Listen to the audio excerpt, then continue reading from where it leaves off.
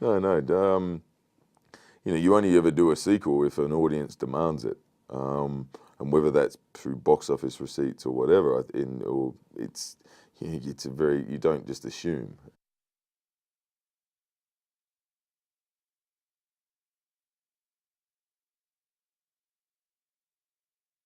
Absolutely, and I've been very vocal about that. In the first one, I think Perseus is a conduit for the action. It's a figurine, basically, on a wrecking ball, on a revenge mission.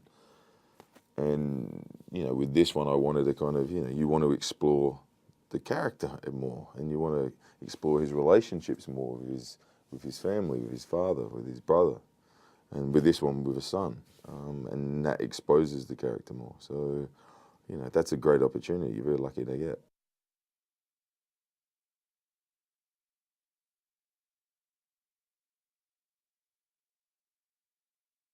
It's a dysfunctional family who just happen to be the god of gods and the god of war and the god of the underworld, and a demigod. And I think that's what's great about this movie is that was for us, for Liam, myself, Jonathan, a primary focus of the reason why we wanted to come back, to explore those dynamics. And look, every family has favoritism in it. Every family has disgruntled feelings about parents or towards their siblings. So there's something that's human about these gods now that we can relate to.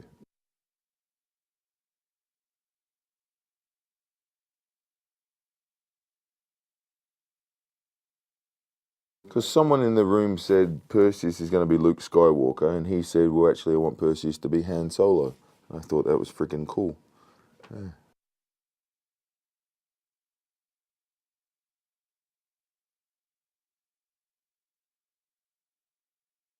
Toby's a great actor. He understands his role. He's not out there just for himself. He's out there to support the film. It's very rare, and that's what I love about Toby. I can work closely with him. It's never about ego. It was just about what are the dynamics between Perseus and Agenor, and how do we make this ping for an audience, to use a word that I like to throw around. How do we make it fun for an audience? So a lot of the lines that me and Agenor have, we just made up ourselves. And Jonathan allowed us the freedom to do that.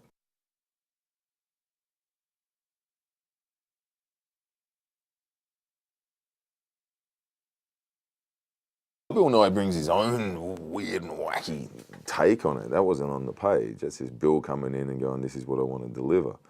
And as I said, with Toby, it was me, Toby, and Jonathan would rework that script, because you're living these characters for 5 months. You're in the world for 5 months, and it's very rare that you get that opportunity, and the best directors have the confidence to let you.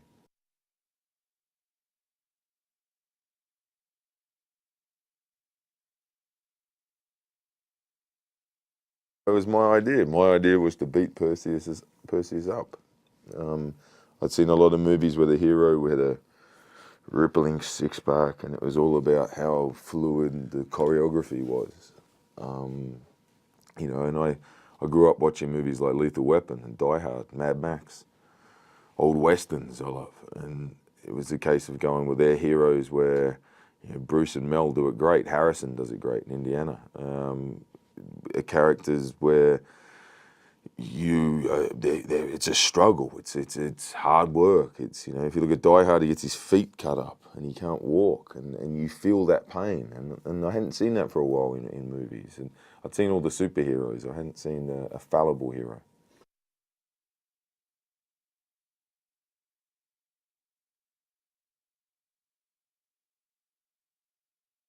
We needed a girl with spunk, is what we needed. We needed a girl that you would believe could be a leader. Maybe not necessarily a warrior, because I don't believe she's an absolute warrior. I believe she's learning. She's learning a responsibility as a leader in this movie. And Rosamund had all the correct attributes.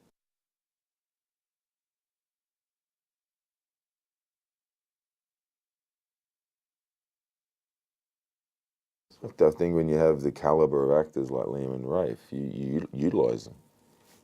I think they got a kick out of exploring this family. I think they, got to sink their teeth into these characters into the material a bit better than they maybe had the opportunity to do on the first one. And as an actor, you know, it's a masterclass when I'm watching them.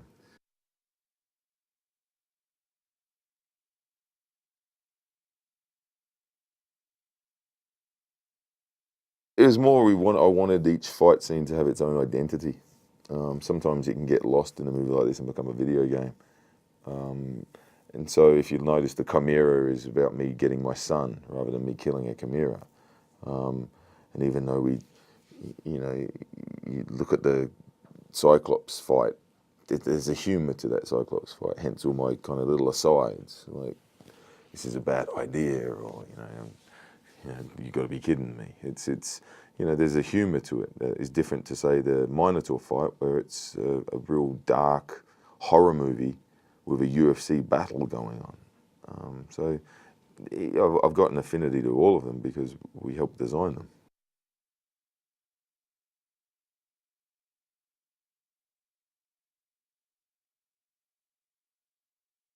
You detail it. You detail whatever's not there. So, look, it's not just a case of here's a tennis ball the size of a Cyclops. I'm not going to have that. I would rather the special effects team come on board, Jonathan comes aboard, and we call time out and we detail what this Cyclops actually is going to do.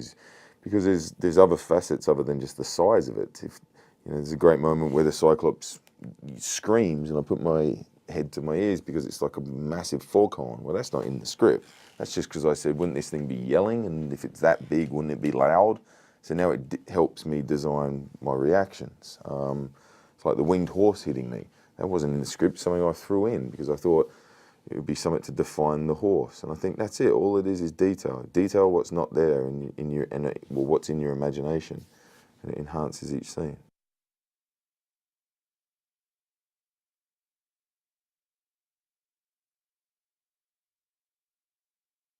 I love it. I love this movie. It's hard to say, Sometimes you do movies and you go, yeah, it's great, or the editor did this, the studio did this, but this is the movie that I wanted to see. This is, I saw it, and I saw it with my best mates, and we all hooted and hollered and had a great time. That's it. I'm proud of it.